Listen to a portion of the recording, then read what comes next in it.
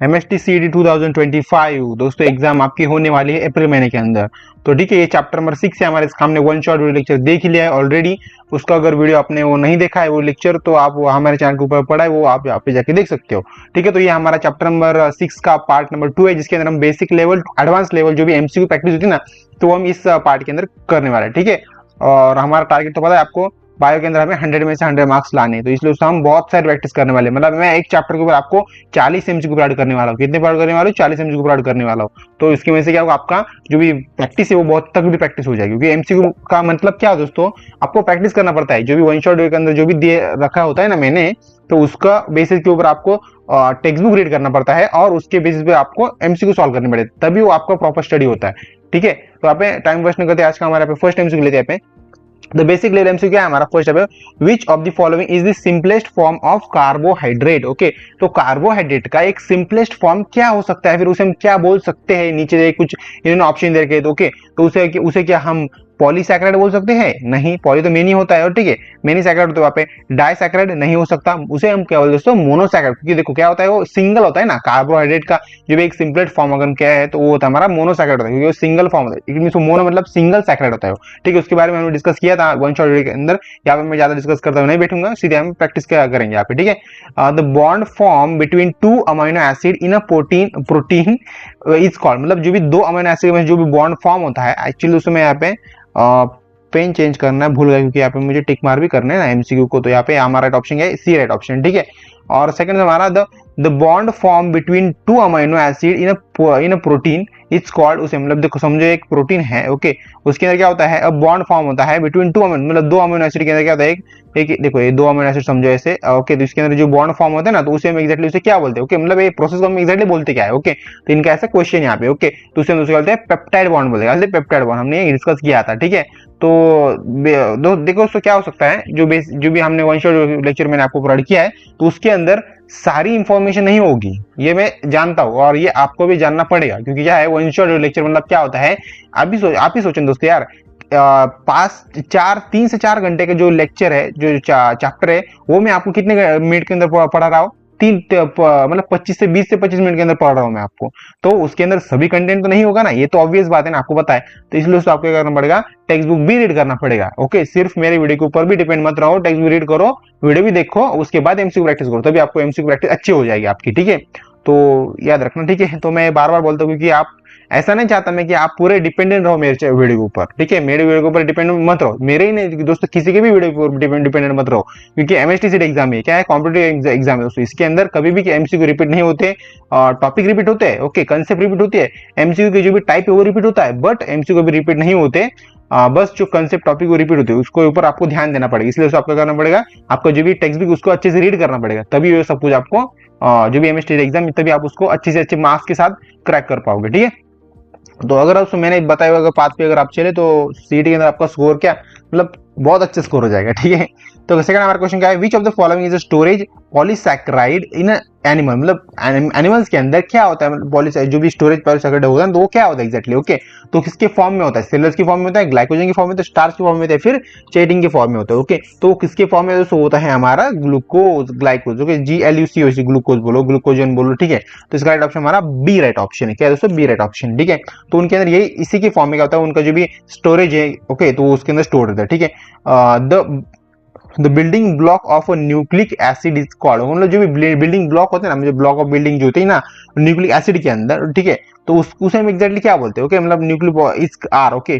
ठीक है, मतलब जो बिल्डिंग ब्लॉक होता है न्यूक्लिक एसिड का, तो उसे हम एग्जैक्टली बोलते क्या दोस्तों, इनका ऐसा सिंपल ऐसा क्वेश्चन है हमें, ओके। तो उसे हम क्या बोलते हैं, न्यूक्लियोटाइड बोलते हैं, न्यूक्लियोटाइड में देखो ये क्या होता है, देखो ये बिल्डिंग ब्लॉक है ना, तो यहाँ पे क्या बोल रहे हैं, न्यूक्लिक एसिड का क्या है, the building block of nucleic acid, क्या है हमारा न्यूक्लिक एसिड का बिल्डिंग ब्लॉक है। ठीक है, तो इसकी इन्होंने बोला कि उसको हम एक्जैक्टली बोल क्या सकते हैं, उसको हम कहते हैं न्यूक्लियोटाइड भी बोल सकते हैं, ओके। तो मतलब एक्जैक्टली होता क्या है, वो होता है न्यूक्लियोटाइड होता है। ठीक है, कॉम्बिनेशन न्यूक्लियोटाइड ऐसे कह सकते हैं। ठीक है, सेकंड, सर हमारा फिफ्थ क्वेश्चन ऐसा है, the primary function of DNA is to, मतलब जो DNA होता है ना, DNA deoxynucleic acid, okay, deoxyribose nucleic acid. ठीक है, तो इसका प्राइमरी फंक्शन क्या होता है, ऐसा इनका क्वेश्चन दोस्तों, ओके। तो इसका प्राइमरी फंक्शन दोस्तों क्या होता है, वो होता है हमारा स्टोर जेनेटिक इंफॉर्मेशन। हमने पिछले वीडियो लेक्चर में इसके ऊपर मैंने बताया था आपको कि DNA के ऊपर आपको 2 MCQ आने ही वाले, मतलब DNA और RNA के ऊपर जो टॉपिक है ना, उसके ऊपर आपको एमसीक्यू आ सकते हो। ओके, तो याद रखना ये इंपॉर्टेंट टॉपिक, इसके ऊपर आपको अच्छे से स्टडी करके जाना है। ठीक है, राइट ऑप्शन हमारा ए राइट ऑप्शन। ठीक है, second, which vitamin is essential for blood clotting, मतलब ऐसा कौन सा विटामिन है, विटामिन के बारे में हमने स्टडी किया दोस्तों, ये भी याद है आपको, ऐसा मैं सोच के चल रहा हूँ यहाँ पे। विटामिन के अंदर हमने विटामिन का चार्ट देखा था एक्चुअली पूरा, तो उसके अंदर मैंने आपको बताया था कि कौन सा विटामिन क्या होता है, मतलब कौन से विटामिन खाने से या फिर कौन से विटामिन इंटेक करने से हमारी बॉडी के अंदर हमें क्या बेनिफिट होते हैं, या फिर अगर वो विटामिन कम पड़ गया हमारी बॉडी के अंदर तो उसके क्या बेनिफिट नहीं हो सकते, इट मीन उसके क्या डिसबेनिफिट हो सकते हैं, हम कह सकते हैं डिसएडवांटेज हो सकते, तो क्या हो सकते, तो हमने वो डिस्कस किया था। तो यहाँ पे क्वेश्चन ऐसा कि ब्लड क्लॉटिंग जो होता है ना वो कौन से विटामिन के थ्रू हो सकता है, मतलब वो कौन से विटामिन हमारे ब्लड के अंदर कम पड़ गया है हमारी बॉडी के अंदर। ओके, उसका बहुत ही हम बोलते हैं ना, बहुत ही उसका जो भी रेट बहुत ही डिक्रीज हो गया है, तब ये होता है। ओके, ब्लड क्लॉटिंग होता है दोस्तों, वो विटामिन कौन सा दोस्तों होता है हमारा विटामिन के, राइट ऑप्शन क्या हमारा विटामिन के। ओके दोस्तों, मैं जब भी मैं क्वेश्चन को एक्सप्लेन करता हूँ, जब भी मैं ऑप्शन पढ़ता हूँ, आपको क्या करना है, वीडियो को पॉज करना है, और वीडियो को पॉज करने के बाद क्या करना पड़ेगा, आपको खुद से ही आंसर बताने को ट्राई करना है। ओके, खुद से ही आंसर प्रेडिक्ट कर लेने का। ओके, और जब भी मैं आंसर बोलूंगा तब वो मैच करने का। ठीक है, the energy currency of the cell is, जो भी एनर्जी की जो भी करेंसी होती है ना, okay, energy currency of the cell, okay, cell energy currency, energy की जो करेंसी होती है, ओके, मतलब इट मीन जो एनर्जी होते हैं इन सेल, ओके, दूसरे कहाँ पे होते हैं एग्जैक्टली, ओके, एनर्जी की करेंसी कहाँ पे होती है सेल के अंदर। ओके, तो वो किसके अंदर होते हैं हमारे ATP, that is adenine triphosphate, जो एडेनाइन ट्राइफॉस्फेट जो होता है ना, तब उसके अंदर क्या होता है हमारे एटी, उसी की वजह से तो हमें एनर्जी मिलती है हमारी बॉडी के अंदर। हमारे बॉडी के अंदर एनर्जी कैसे क्रिएट होती है, इसी की वजह से होती है। ठीक है, यही एक रिस्पॉन्सिबल होता है सबके लिए।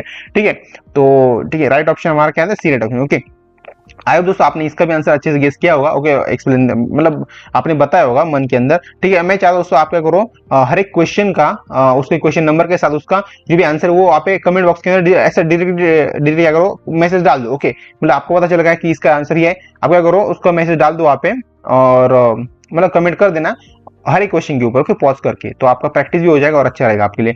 Enzyme are primarily composed of, मतलब जो एंजाइम होते हैं वो प्राइमरली किसे कंपोज करते हैं, ओके, एग्जैक्टली क्या होता है, ओके, तो प्राइमरी किसे कंपोज करते हैं, ओके, तो वो क्या होता है हमारा प्रोटीन, एंजाइम क्या कहते हैं, प्रोटीन को ही कंपोज करते हैं। एंजाइम के बारे में भी हमने डिटेल में स्टडी किया था दोस्तों। Okay, nucleic acid, carbohydrate, lipid, ये सब कुछ अलग बात है। ये प्रोटीन जो प्रोटीन होता है क्या करता है, सबसे पहले एंजाइम के अंदर क्या होता है, कंपोज होता है। ठीक है, तो राइट ऑप्शन हमारे यहाँ पे क्या है, बी राइट ऑप्शन है। ठीक है, second, which enzyme is responsible for breaking down starch into maltose, मतलब देखो ऐसा कौन सा एंजाइम होता है जो क्या करता है, ब्रेकिंग डाउन करता है किसका, स्टार्च से लेके इसको माल्टोज के अंदर। ओके, तो वो कौन सा एंजाइम होता है दोस्तों, होता है हमारा एमिलेज। एमिलेज ये काम करता है, क्या करता है, स्टार्च से लेके माल्टोज के अंदर उसको कन्वर्जन करता है सिंपली। ठीक है, ब्रेकिंग करता है, मतलब ब्रेकिंग करता है, ब्रेकिंग जब वो करता है तभी क्या करता है, उसको कन्वर्ट करते हैं माल्टोज के अंदर। ठीक है, समझ में आएगा दोस्तों, राइट ऑप्शन हमारे यहाँ पे बी राइट ऑप्शन। ठीक है, विच of the following is not a function of lipid, lipid का ऐसा कौन सा फंक्शन नहीं है दोस्तों। ठीक है, एनर्जी स्टोरेज है दोस्तों, एनर्जी स्टोरेज क्या ये हो सकता है इसका फंक्शन, नहीं दोस्तों, लिपिड का ये फंक्शन तो नहीं है दोस्तों। ठीक है, देखो structural component of a cell membrane, ये कहते हैं मतलब जो भी स्ट्रक्चरल कंपोनेंट उसका ये सेल मेम्ब्रेन होता है दोस्तों, होता क्या दोस्तों, ऐसा कुछ नहीं होता वो। ओके, उसका क्या ऑप्शन हमारा कैटेलाइजिंग रिएक्शन हो सकते हैं दोस्तों, कैटेलाइजिंग रिएक्शन हो सकती है दोस्तों, याद रखो, याद रखो, याद थोड़ा सा थोड़ा सोचने की जो भी आपकी पावर है उसको थोड़ा सा यूज करो, क्योंकि मैं हमने लिपिड के ऊपर एक ऐसा डायग्राम देखा था हमने, कुछ ऐसा होता है कंटेंट, ऐसा कुछ कंटेंट होता है। ठीक है, ऐसा कुछ कंटेंट होता है, और यहाँ पे कुछ तो ऐसा था कि जो ऐसा इसके अंदर फिट होता था। ठीक है, तो इसके बारे में हमने स्टडी किया था। ओके, तो इसलिए इसका क्या मैंने एक्सप्लेन भी किया था मैंने आपको अच्छे से, ये कैटलिस्ट जैसा काम करता है, कैटलिस्ट जैसा काम करता है, अगर ये ताला और चाबी का मैंने एग्जांपल दिया था, याद है दोस्तों, तो ये इसका राइट ऑप्शन हमारा सी राइट ऑप्शन, ये कैटलिस्ट जैसे कैटलिस्ट रिएक्शन जैसे काम करता है इसके अंदर। तो मैंने जो लॉक और चाबी का जो भी एग्जांपल आपको बताया था वो किसके अंदर बताया था, वो कौन सी कंसेप्ट थी, तो वो थी हमारी एंजाइम की कंसेप्ट थी। तो एंजाइम के कंसेप्ट के अंदर एक आता है, ये बाकी सब बात आपका लिपिड के अंदर, एनर्जी स्टोरेज लिपिड के अंदर आता है आपका। ठीक है, आपका हम क्या बोलते हैं structural component of cell membrane, ये आपका किसके अंदर आता है, लिपिड के अंदर। यार दोस्तों मैंने गलती दोस्तों जो क्वेश्चन मैंने पहले पढ़ा था उसके अंदर मैंने नॉट वर्ड थोड़ा सा उसको मतलब देखा नहीं है ठीक से। ठीक है, तो मैंने स्टार्टिंग के अंदर थोड़ा सा गलती से बोल दिया था कि एनर्जी इसके अंदर यूज नहीं होती सब कुछ है, ऐसा मैंने बोल दिया था। ठीक है आपने, बट मैं आपको एक्सप्लेन कर रहा हूँ कि इसके अंदर कैटलिजिंग जो रिएक्शन होती है वो इसके अंदर नहीं होती, वो होती है आपकी एंजाइम के अंदर होती है। किसके अंदर होती है, वो आपकी एंजाइम के अंदर होती है दोस्तों। ठीक है, ए मैंने यहाँ पे ई लिख दिया है।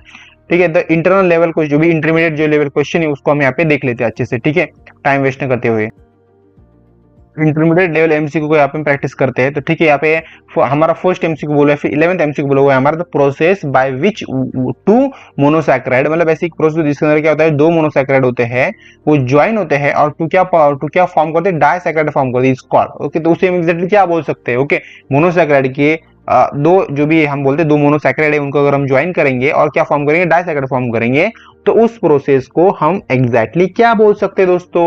ओके, तो उसे हम बोलते हैं डिहाइड्रेशन सिंथेसिस बोलते हैं। मैंने इसके बारे में भी आपको वन शॉट लेक्चर के अंदर इसके बारे में मैंने आपको पढ़ाया था, ठीक है, डिहाइड्रेशन सिंथेसिस बोलते हैं, ठीक है। और ट्राइग्लिसराइड मॉलिक्यूल कंसिडर, मैंने थोड़ा सा गलती से यहाँ पे गंदा कर दिया यहाँ पे, तो जो ट्राइग्लिसराइड मॉलिक्यूल होता है दोस्तों, तो ट्राइग्लिसराइड मॉलिक्यूल एग्जैक्टली होता क्या है दोस्तों, ऐसे क्वेश्चन हमसे पूछ रहे हैं। ओके, तो ट्राइग्लिसराइड मॉलिक्यूल क्या होता है दोस्तों? तो ट्राइग्लिसराइड मॉलिक्यूल होता है आपका, इसका राइट ऑप्शन दोस्तों इसका है ऑप्शन नंबर ए, क्या है, 3 फैटी एसिड और 1 ग्लिसरॉल। ओके, जो तीन फैटी एसिड होते हैं और एक ग्लिसरॉल होता है, तो उसकी में से क्या फॉर्म होता है हमारा, ट्राइग्लिसराइड मॉलिक्यूल फॉर्म होता है, ठीक है। तो मैंने यहाँ पे पेन गलत ले लिया था, ठीक है। तो राइट ऑप्शन हमारे यहाँ पे है ए, राइट ऑप्शन है 3 फैटी एसिड, ओके, और क्या होता है हमारा 1 ग्लिसरॉल होता है, okay. 3 fatty acid with 1 glycerol is called as triglyceride molecule, okay. मतलब इसके अंदर एग्जैक्टली ये दोनों होते हैं, 3 ग्लिसरॉल 3 फैटी एसिड होते हैं और क्या होता है 1 ग्लिसरॉल होता है, तो इसलिए उसको हम उसे बोलते हैं ट्राइग्लिसराइड मॉलिक्यूल। इसके अंदर ये सब कुछ प्रेजेंट होता है, ठीक है, कंटेंट के अंदर। समझो दोस्तों, यार यहाँ पे मैं आपको एक्सप्लेन करना ही पड़ेगा मुझे अच्छे से। यहाँ पे समझिए, कंटेंट है, कंटेनर, इसके अंदर क्या है हमारा, ये मतलब ये कंटेंट, इसका कंटेंट का नेम क्या है हमारा, वो है हमारा ये, ओके। मतलब ये जो कंटेनर है इसका हम क्या बोल सकते हैं, ट्राइग्लिसराइड मॉलिक्यूल बोल सकते हैं।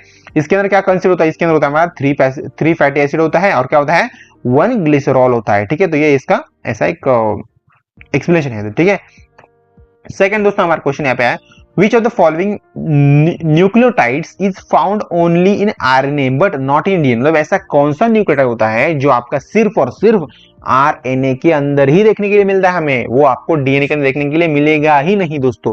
ओके, तो क्या होता है हमारा यूरासिल, थाइमिन, साइटोसिन, ग्वानिन। आपको पता है ये सब कुछ तीनों किसके अंदर होते हैं आपके, वो आपके आरएनए के अंदर भी होते हैं दोस्तों, ओके, और डीएनए के अंदर भी होते हैं। बट ऐसा एक ही है जो यूरासिल है, जो आपका किसके अंदर ओनली इन आरएनए होता है, okay, but not in DNA, ठीक है। तो राइट ऑप्शन हमारे यहाँ पे क्या है, सी राइट ऑप्शन। मैंने सभी को टिक मार कर दिया है दोस्तों गलती से, ठीक है, सी इसका राइट ऑप्शन है, ठीक है। The haemoglobin, okay sorry, haemoglobin is an example of which type of protein structure? तो हीमोग्लोबिन किसके टाइप का प्रोटीन स्ट्रक्चर है, ओके, तो कौन से टाइप का हो, तो हीमोग्लोबिन आपका राइट, इसका मतलब इट मीन जो आपका हीमोग्लोबिन वो है आपका क्वाटरनरी टाइप का स्ट्रक्चर। तो इसके बारे में मैंने डिस्कस किया था हमारे वन शॉट लेक्चर के अंदर। सो मैंने वही दोस्तों एमसीक्यू लिए जो मैंने वन शॉट लेक्चर के अंदर एक्सप्लेन किया है, मतलब जो कंसेप्ट मैंने एक्सप्लेन किया उसके ऊपर ही मैंने एमसीक्यू लिए हैं। और ऐसे एमसीक्यू आपके एग्जाम के अंदर आने की प्रोबेबिलिटी ज्यादा होती है। एमएचसीटी क्या होता है दोस्तों यार, वो कॉमन इंटरेस्ट टेस्ट है, ज्यादा कुछ हार्ड नहीं होता उसके अंदर, सिंपल ही क्वेश्चन होते हैं। बट क्या होते हैं, थोड़ा घुमा फिर के पूछते हैं, थोड़ा उल्टा पुल्टा उसको क्वेश्चन को घुमा के फिर पूछते हैं, मतलब वो ऑटोमेटिकली वो हार्ड बन जाता है। एक्चुअली तो वो क्वेश्चन क्या होता है, सिंपल ही होता है, आपने वो पढ़ा भी होता है, उसकी कंसेप्ट भी आपने रीड की होती है, बट फिर भी अगर आपको एग्जाम के नहीं आ रहा तो इट मींस आपका जो भी कंसेप्ट जो भी अंडरस्टैंडिंग है वो थोड़ी सी कम पड़ गई, इसका मीनिंग इतना ही होता है, ठीक है। तो इस क्या करो, कंसेप्ट क्लियर करो, मेरे चैनल से करो, किसी और चैनल से करो, पर करो, ये बहुत इंपॉर्टेंट है। आपके एमएसटी सीटी एग्जाम एक ही बार आता है, आपके 12th के बाद, ओके, एक ही बार आता है, तो उसको आपको अच्छे से अच्छा क्या करना है, उसके अंदर स्कोर करना है, ठीक है। सेकंड हमारा जो भी हम बोलते हैं एडवांस लेवल एमसीक्यू, हमने इसके 5 एमसीक्यू लिए मैंने, तो ये इसका लास्ट एमसीक्यू है। विच of the following example in anabolic process, okay, मतलब एनाबॉलिक प्रोसेस का कौन सा एग्जांपल हो सकता है इसके अंदर, ओके। तो एनाबॉलिक प्रोसेस मतलब क्या होता है, इसके अंदर कहता है प्रोटीन का सिंथेसिस होता है, ओके। एनाबॉलिज्म, कैटाबॉलिज्म आपने पढ़ा है ना, ये मतलब ये प्रोसेस आपने पढ़ी है ना। मैंने 6 का जो भी मैंने जो मैंने 12 का जो भी 6 नंबर चैप्टर है उसको मैंने पढ़ा, तो उसके अंदर मैंने डिटेल के अंदर इसका एक्सप्लेनेशन दिया है, और हमारे वन शॉट के अंदर भी आई गेस मैंने इसका शॉर्ट के अंदर एक्सप्लेनेशन दिया है दोस्तों, ठीक है। तो राइट ऑप्शन हमारा क्या है, प्रोटीन सिंथेसिस, ठीक है, ठीक है। प्रोटीन सिंथेसिस मतलब क्या होता है दोस्तों, ये पता है ना आपको, प्रोटीन का सिंथेसिस, इट मींस प्रोटीन को ब्रेक डाउन करते हैं स्मॉल पार्ट के अंदर, ओके। तो उसके मतलब उसका यूज होता है हमारी बॉडी के लिए, ठीक है। सही, इसका एडवांटेज एडवांस लेवल एमसीक्यू देखते हैं यहाँ पे, क्या है एडवांस लेवल एमसीक्यू देखते हैं, ठीक है। तो ये हमारा आई थिंक ये लास्ट लेवल है हमारा, ठीक है। तो हमारा 16 एमसीक्यू क्या है हमारा, the phosphodiester bond in DNA link, जो भी फॉस्फोडाइस्टर बॉन्ड होता है ना वो डीएनए के साथ लिंक हुआ होता है, ओके। तो वो कैसे होता है, मतलब उसका क्या फॉर्म होता है एग्जैक्टली, ओके। तो उसको हमें यहाँ पे बताना है दोस्तों, ओके। तो उसका क्या फॉर्म होता है हमारा न्यूक्लियोटाइड इन एसिडिक एसिड, मतलब न्यूक्लियोटाइड इन न्यूक्लिक एसिड, जो भी न्यूक्लियोटाइड होता है इन न्यूक्लिक एसिड के अंदर। तो ये इसका राइट ऑप्शन, देखो हमने ये एमसीक्यू हमने फर्स्ट जो भी हमारा बेसिक लेवल से, तो इसके अंदर भी यही देखा था, बट थोड़ा सा घुमा के पूछा था। मैंने आपको बोला था ना, एक न्यूक्लियोटाइड समझो, एक न्यूक्लियोटाइड है, इसके अंदर न्यूक्लिक एसिड है, इसके अंदर जो 2 बॉन्ड फॉर्म होते हैं तो उसे हम बोलते हैं न्यूक्लियोटाइड बॉन्ड बोलते हैं, ओके। तो देखा था ना हमने ये ऐसे दो, एक न्यूक्लियोटाइड क्या बोलते हैं न्यूक्लियोटाइड होते हैं, उसके अंदर जो भी हमारा बॉन्ड फॉर्म होता है उसे न्यूक्लियोटाइड बॉन्ड बोलते हैं। हमने बेसिक लेवल एमसीक्यू के अंदर देखा था, ठीक है, आपने भी देखा ये, ठीक है। अगर आपने वीडियो यहाँ तक अगर आप देखते आए होगे तो वीडियो पे लाइक कर देना, शेयर कर देना, सब्सक्राइब कर देना। ओके, तो टाइम वेस्ट न करते हैं, हमारा सेकंड एमसीक्यू लेते हैं। Okay, which of the following vitamin help in calcium absorption. Okay, मतलब ऐसा कौन सा विटामिन होता है ह्यूमन बॉडी के अंदर, ठीक है, ह्यूमन बॉडी नहीं यूज किया है, पर ठीक है, ह्यूमन बॉडी हम कंसीडर करेंगे इस चैप्टर के लिए, ठीक है। तो ऐसा कौन सा होता है, दोस्तों होता है हमारा, मतलब क्या करता है, कैल्शियम को एब्जॉर्ब करने का काम करता है, कैल्शियम एब्जॉर्ब करने का काम कौन करता है, कौन सा विटामिन का, तो वो होता है हमारा राइट ऑप्शन इसका विटामिन के। ओके, विटामिन के, जो भी आपका विटामिन के होता है ना, आपका कैल्शियम को एब्जॉर्ब करने का काम करता है बेसिकली, ठीक है। तो उसका राइट ऑप्शन हमारा के राइट ऑप्शन है, ठीक है, I mean D right option है, विटामिन के, ठीक है। Second, in induced fit model of enzyme action the enzyme, मतलब जो इंड्यूस्ड फिट मॉडल जो होता है, इंड्यूस्ड फिट मॉडल जो है एंजाइम एक्शन के अंदर, ओके, तो एंजाइम तो वो कौन सा है, उसे मेरा इट मींस उसे हम एग्जैक्टली क्या बोल सकते हैं, द एंजाइम इज कॉल्ड, ऐसा हम क्या बोल सकते हैं उसे। ओके, तो उसे हम बोल सकते हैं दोस्तों changes its shape to fit the substrate, मतलब उसका कहता है जो भी शेप है ना उसका वो चेंज होता रहता है। ओके, उसका चेंजेस इट्स शेप, ठीक है, फिट इन सबस्ट्रेट, मतलब वो कहता है सबस्ट्रेट के अंदर फिर भी फिट होता है, ठीक है। तो राइट ऑप्शन यही है, ठीक है, A right option. Which of the following biomolecule is amphipathic in nature, मतलब ऐसा कौन सा बायोमोलिक्यूल है, ओके, नीचे देगा ऑप्शन में से, वो आपका क्या है, एम्फीपैथिक नेचर है उसका, मतलब एम्फीपैथिक नेचर उसका। ओके, तो उसको कौन सा, उसको हमारा है फॉस्फोलिपिड, जो फॉस्फोलिपिड है वो हमारा एम्फीपैथिक नेचर उसका, ठीक है। तो राइट ऑप्शन हमारा बी राइट ऑप्शन, ठीक है। Second, the active site of an enzyme, जो भी एंजाइम होता है ना एंजाइम, तो उसका एक्टिव साइट क्या होता है एग्जैक्टली, ओके, ऐसा क्वेश्चन से पूछा है उन्होंने। तो एक्टिव साइट मतलब क्या होता है, इसका राइट ऑप्शन है हमारा specific region where the substrate bond, मतलब एक स्पेसिफिक रीजन होता है जिसके अंदर क्या होता है, आपका सबस्ट्रेट बॉन्ड होता है, यहाँ पे क्या होता है, सबस्ट्रेट बॉन्ड सॉरी बाइंड्स होता है, या फिर बॉन्ड, ठीक है, एक ही होता है वो, तो वहां पे होता है वो, ठीक है, सबस्ट्रेट बॉन्ड बाइंड होता है वहां पे, तो उसे बोलते हैं एक्टिव साइट ऑफ एंजाइम बोलते हैं, ठीक है। तो आपको ये क्लियर हो गया होगा। और अब दोस्तों आपको ये लेक्चर, आई मीन ये प्रैक्टिस एमसीक्यू पे लेक्चर आपको अच्छा लगा, वीडियो को लाइक शेयर सब्सक्राइब जो सब कुछ आपसे हमारे चैनल के लिए, मेरे मेल के लिए, वो सब कुछ कर देना। और बाय फ्रेंड्स, मिलते हैं डायरेक्टली इस चैप्टर के नेक्स्ट पार्ट के अंदर, जिसके नाम कॉम्पिटिटिव लेवल, या फिर आप बोल सकते हो वो हमारा जो भी थोड़ा सा हार्ड लेवल एमसीक्यू होते हैं जो आपके एग्जाम के अंदर पूछे गए होते हैं, पीवाईक्यूज हम उसे कह सकते हैं, तो उसके ऊपर मैं 20 एमसीक्यू लूंगा और ये चैप्टर हमारा खत्म हो जाएगा। हम चैप्टर नंबर जो भी 13 है आपका रेस्पिरेशन एनर्जी ट्रांसफर, उसके ऊपर हम मूव करेंगे, ठीक है। तो बाय फ्रेंड्स।